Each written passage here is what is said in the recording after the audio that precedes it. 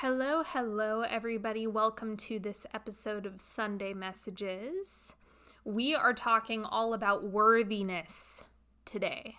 Although I will say, generally speaking, the majority of people are dealing with a perspective of unworthiness in some capacity. So most of the time when this discussion comes up with clients or friends or messages that I get on social, whatever, it's usually from the standpoint of I feel unworthy. That's generally speaking where people are coming from. So I'm going to be straight with all of you. This is one of the most maddening topics to me. Not as in I get angry and upset. It's just a very difficult conversation to navigate because there is absolutely no basis for any of this unworthiness nonsense that people get really attached to.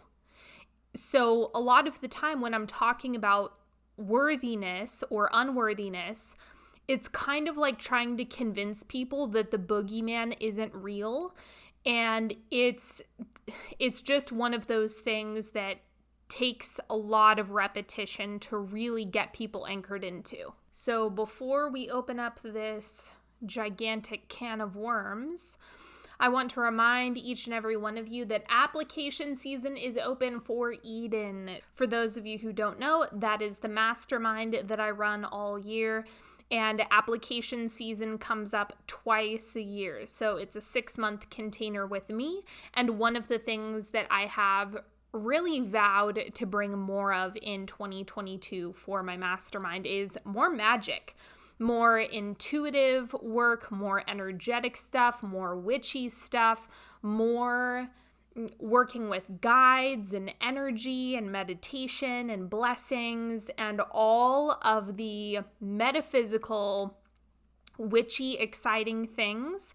That is what I want to bring more of. So, of course, because it is Eden after all, the core of the container is restoring heaven on earth, creating your own paradise. So it is a container that is designed to support your creations, your manifestations, but we're going to be weaving in a lot more of the energetics this time, all of the fun tools and visualizations and prayers and blessings and clearings and all sorts of good stuff. Yes, tarot will be involved still as well.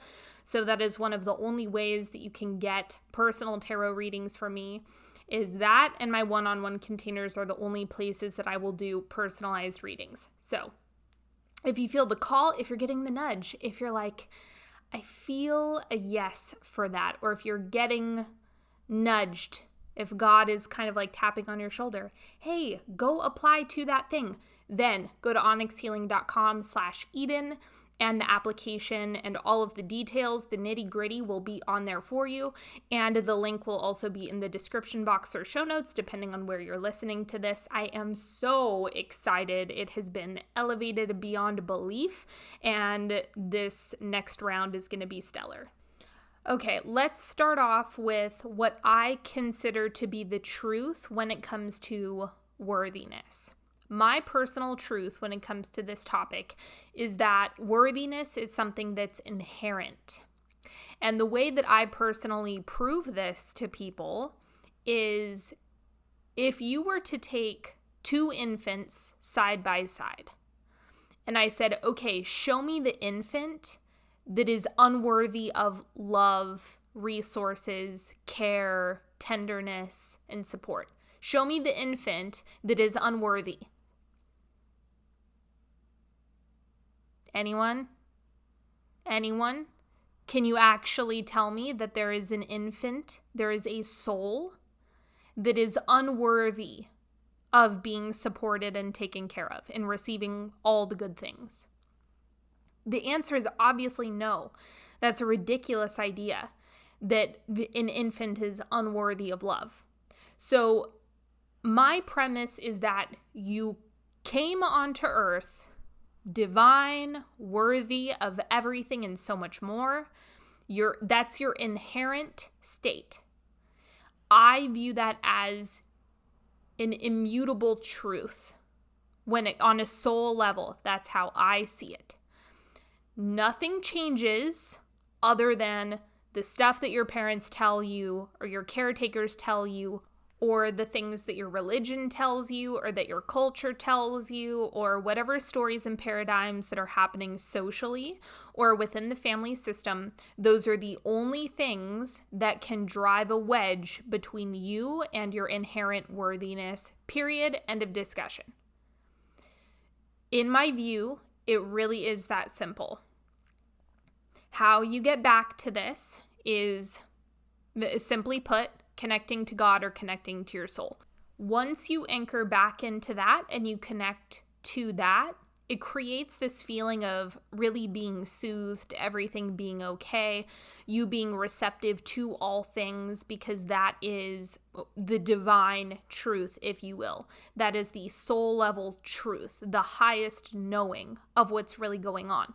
So if you continue going back to that again and again and again, then you stabilize yourself in that knowing. So of course, the highest frequency is going to be tapping into this feeling of certainty around your worthiness. You arrived on earth that way, nothing has changed. Your mind has just been infiltrated with a lot of programs from family systems or whatever that are probably not very helpful. So for a lot of you who are listening to this, you might still be living in and regurgitating the thought form of, mommy and daddy said mean things to me when I was little, and I just keep believing it. I keep repeating this story and telling it to myself and then feeling like shit. And I mean, you're going to have to get off that hamster wheel. And the first way that I do this personally is by discrediting the source of this idea that has just infected your thoughts. Are your parents living the quality of life you desire? Do you admire how your parents talk about people and treat people? Do your parents, or whoever this thought form came from, are they living the type of life that you dream of for yourself? If the answer is no to any one of these questions, then that's how you discredit it, so that you can at least break out of that. Now, I'm sure some of you have heard me say this before, but I want to say it again for this podcast. The only source that I trust is God.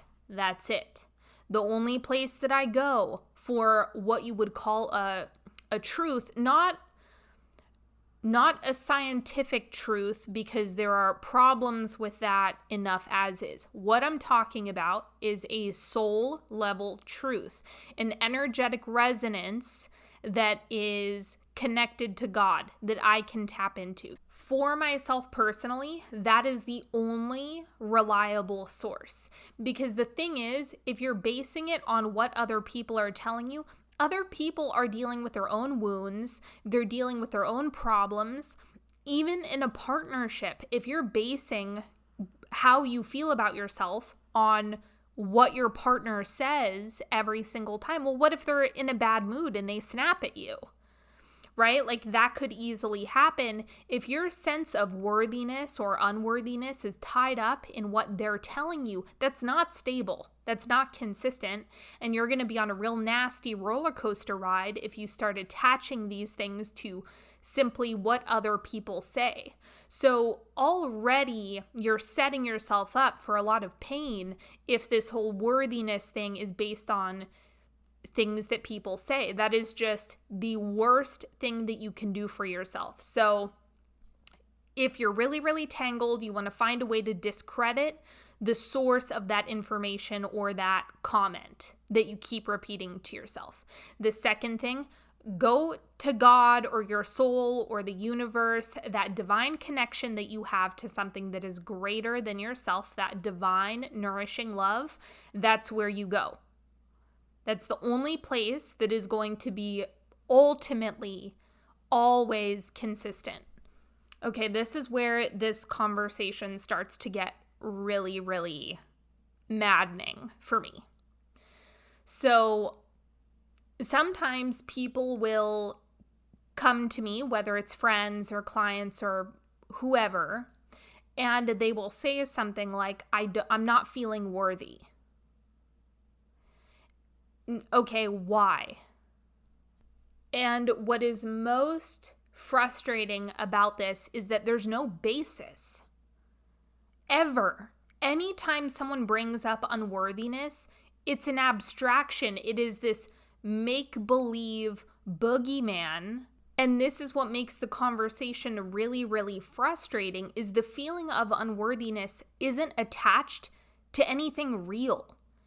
It's attached to like something that your mom said 20 years ago, or something that your dad thinks, or this idea of, I didn't work hard enough, as if money and success have anything to do with the amount of labor that you put in on a daily basis. There's no correlation. If that were true, wealth wouldn't exist. Wealthy people wouldn't exist if it was a matter of working hard and exertion being positively correlated to money. That doesn't make sense. Because the energy that you have during the day is finite and you would cap out. We would all have a limit to the money we could receive if that were true. So this was a conversation that I had semi-recently. One of my dear friends called me. We were having a discussion and she mentioned something about feeling unworthy. And I remember feeling so annoyed because my attitude, if you come to me and start saying things like I'm unworthy, I'm going to ask you why. Make a case. If that is true for you, if you really, really believe that you are not worthy, make a case for it. Like, explain to me exactly why Jeffrey Epstein had a private island and was rolling in money, yet you are unworthy. Explain that to me. If worthiness is real, show me the naughty and nice list. Show me, where's that fucker keeping it? Show me. Where are the worthiness police who's coming out and saying, nope, that action is going to make you unworthy? Where are they?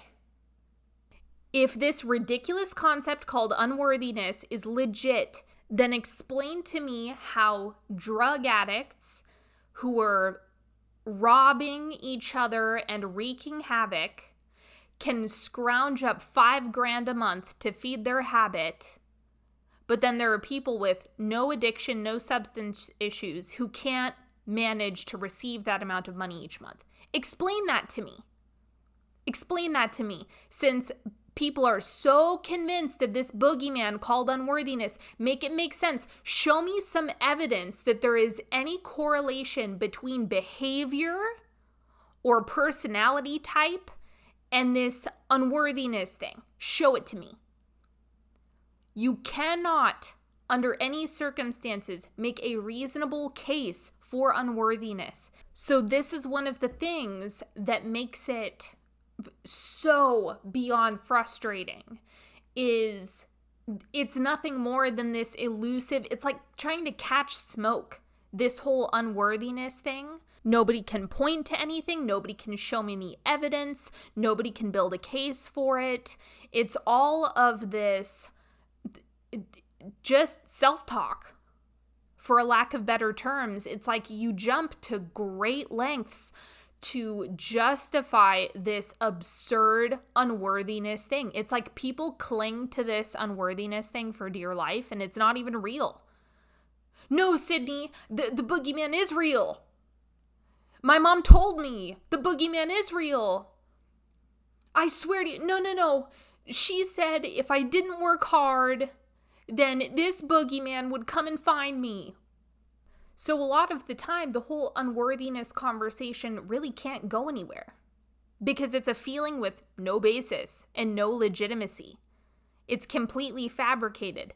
It's nothing more than you torturing yourself by telling you this thing that is so untrue.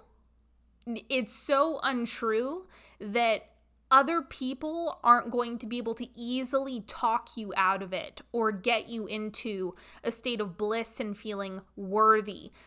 This is the other thing I want to mention. You know that I do not feel it is, even possible a lot of the time to do a 180 on a topic.